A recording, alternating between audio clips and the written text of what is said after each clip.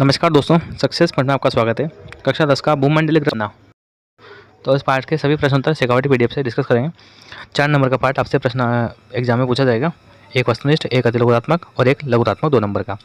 1890 में अफ्रीका में कौन सी घातक बीमारी पशुओं में फैल गई थी? रिंडरपेस्ट। ठीक है, 90% पशु की यहाँ पर मृत्यु हो गई थी इस बीमारी के कारण। विश्वव्यापी आर्थिक मंदी का सबसे बुरा असर कहाँ पर पड़ा? तो कब पड़ा? 1929 में।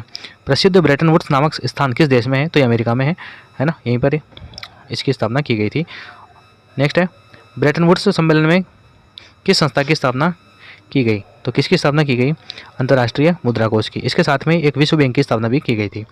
तो ऑप्शन के अकॉर्डिंग अंतर्राष्ट्रीय मुद्रा कोष IMF।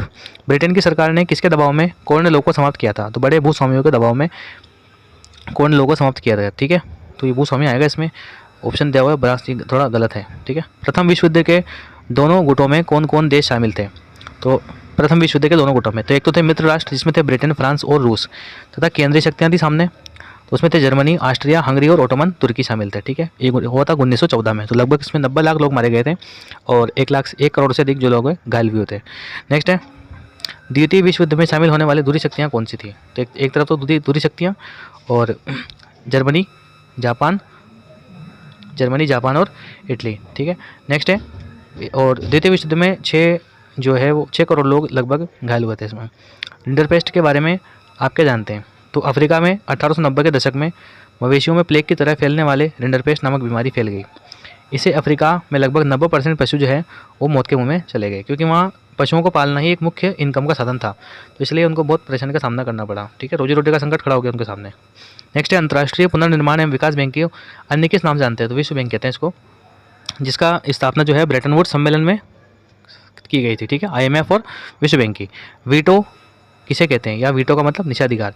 वीटो वह अधिकार है जिसके सहारे एक सदस्य को की भी असहमति किसी भी प्रस्ताव को खारिज करने का आधार बन जाती है। ठीक है, तो अमेरिका के पास भी वीटो था। वीटो का मतलब कि भाई जिसे वो चाहे तो मना कर सकता है, कि भाई जिसे विश्व बैंक है तो वो किसी भी देश की मदद कर रहा है, और अमेरिका के पास वीटो है, वीटो की पावर है।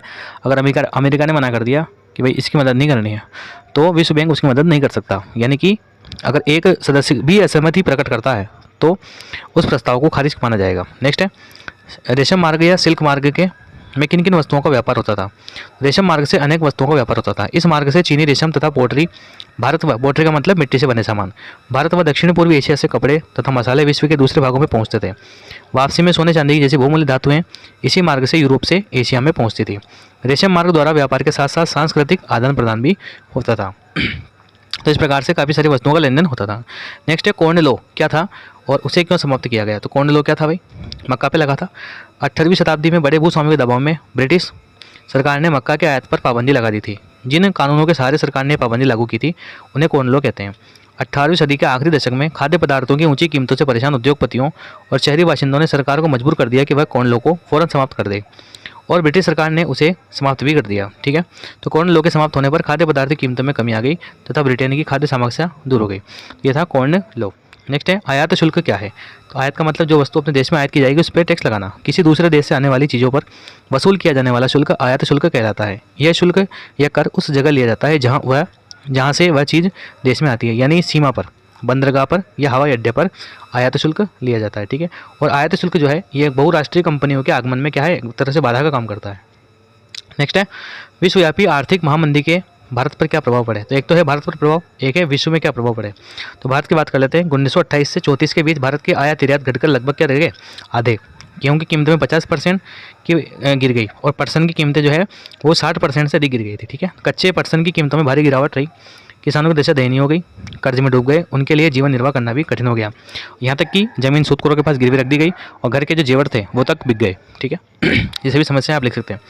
नेक्स्ट है, 19वीं सदी में भारत के कपड़ा निर्यात में कमी क्यों आने लगी? किन्हीं 3 कारणों को स्पष्ट कीजिए। तो पहला कारण था ब्रिटिश सरकार कपड़ा उत्पादक दूसरे देशों में भी अपने कपड़ों के लिए नए नए बाजार ढूंढने लगे। ब्रिटेन में आयातित कपड़ों पर सीमा शुल्क थोप दिए गए। वहाँ महीन भारतीय कपास का आयात कम होने लगा। ब्रिटिश बाजारों से बेदखल हो जाने के बाद भारतीय कपड़ों को दूसरे अंतर्राष्ट्रीय बाजारों में भी प्रतिस्पर्धा का सामना करना पड़ा। इस प्रकार से इस पाठ के सभी प्रश्नों को हमने डिस्कस किया। आशा करता हूँ वीडियो आपको पसंद आया होगा। मिलते हैं नेक्स्ट वीडियो में। धन्यवाद।